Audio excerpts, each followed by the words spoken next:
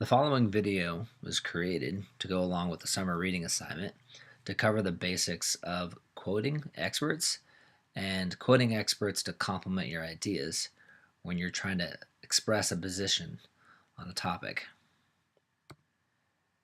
All of the information in this PowerPoint presentation, in this video, all this information is necessary. Whenever you quote experts to complement your ideas, there's specific rules you need to follow in order to give them credit.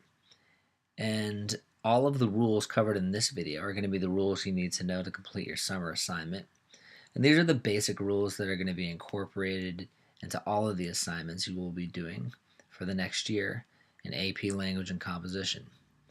Now, do you have to memorize every single little detail? Well, not exactly.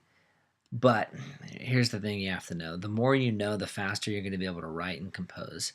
If you have to stop every time and look up in a grammar book where to put the period, where to put the comma, that's going to slow you down. So you're just going to want to make sure that there's a few rules, a few basics that are covered in this video that you really try to commit to heart and memory. If you pay attention, you're going to notice, as it says in the third bullet point, that the rules follow patterns. Now, the last bullet point says you don't need to memorize all the rules. Google is a wonderful tool. As an adult, when I create an MLA Works Cited page, yes, I do go and remind myself of the formatting, but the basics of the punctuation that are covered in this video, those are the ones you're going to want to memorize. First of all, you all know how to read, so you can pause this video and take a look at these ideas to consider when quoting, but I want you to keep this in mind. We want your ideas to stand out. In the summer reading assignment, you are going to take a position on a contemporary topic.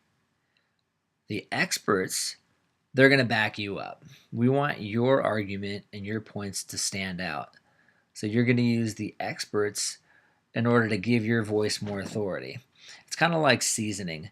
You want it to complement the flavor instead of drown out the flavor. You don't put too much pepper on your steak. That's just kind of defeating the point. These 4 points, these are points to consider that are going to help you learn how to incorporate quotes into your work, into your text, without it drowning out your ideas. And it says don't put quotes in isolation. Try not to begin a paragraph with quoted information. Don't overquote. And make sure you state the qualifications of the people that you're quoting. If you incorporate these ideas into your summer assignment, you're going to get a higher score. All right, here are the nuts and bolts. First of all, throughout this year, whenever we use citation in class, the most common form of citation you're going to use is parenthetical citation at the sentence end. Whenever you put parenthetical citation, it's going to go at the sentence end, just like it says. You're going to put the author. If it's from a book, as in this first sentence, you're going to put the page number. I want you to notice something, though. In this sentence, there's no reference to the author at all. That's why in the parenthetical citation, their last name is stated. If you take a look at the second example, if the author is mentioned within the sentence, you do not need to put their name within the parenthetical citation. Notice in the second sentence, in addition to the author's name, you state the qualifications to give that person authority so you can show that you're quoting someone with authority. I do want to point out one thing in the last slide. Please notice that in the second sentence, there's no page number. That's obviously from a website or some type of material without an obvious page number. Question marks and exclamation points. You only put question marks and exclamation points within the quotation marks when it's part of what you're quoting. In these first 2 sentences, I'm incorporating 2 quotes from these 2 authors, but their words and their sentences were not creating the question. I was creating the question with their ideas. Therefore, the question mark falls outside of the quotation mark, and it falls outside of the parenthetical citation. Look at this last example. Within this example, I'm quoting a question. So you're going to see a double punctuation. Within the quote, you're going to see the question mark. And then outside, you always want to wrap up your sentence, obviously with punctuation, so there's a period after the parenthetical. Adding words to quotations. First of all, I just want to say that I don't like to do this because I don't like to manipulate other people's words. But sometimes you have to, for the sake of clarity, give a little bit more in the sentence.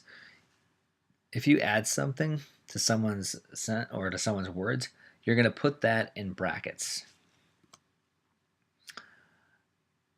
In this one, it's going to be added for clarity's sake. For example, it says they.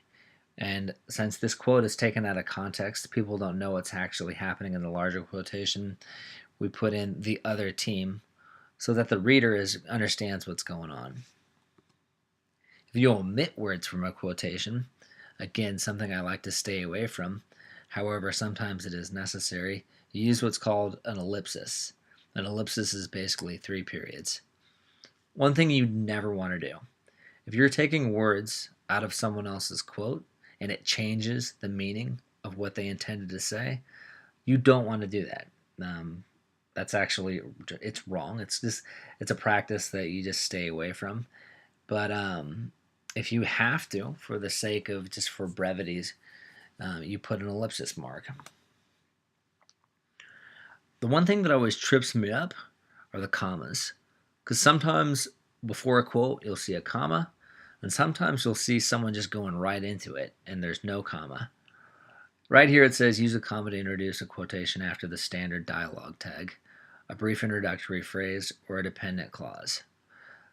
For some reason, this one throws me off as an adult, and if you make a mistake with this, you're going to make sure that you cover it. Or if you make a mistake with this, don't worry, I'm going to cover it in class. I think this one sometimes takes people the most time to figure out.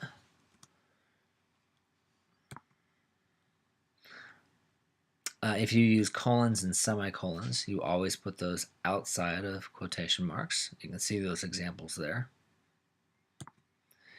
Now, if you're incorporating the titles of works into your writing, most short titles are going to fall in quotation marks. We have a short poem, a short story, a chapter book, the title of an article in a magazine, the title of an article in a newspaper. These all go in quotation marks. Titles of longer works are going to go in italics. Title of an epic poem or book-length poem, the title of a novel, title of a complete book. All of these are going to go in italics. All right, the works cited page. This one I'm going to let you read on your own. You can pause it and go through and take a look at these. However, I do want you to know that at the end of your summer assignment, you put a works cited page. Now, if you pay attention, I put a sample works cited page in the sample completed summer assignment. Your articles are from the same text and they're following the same exact format. So all you have to do is switch up your titles and you have a works cited page already completed for you.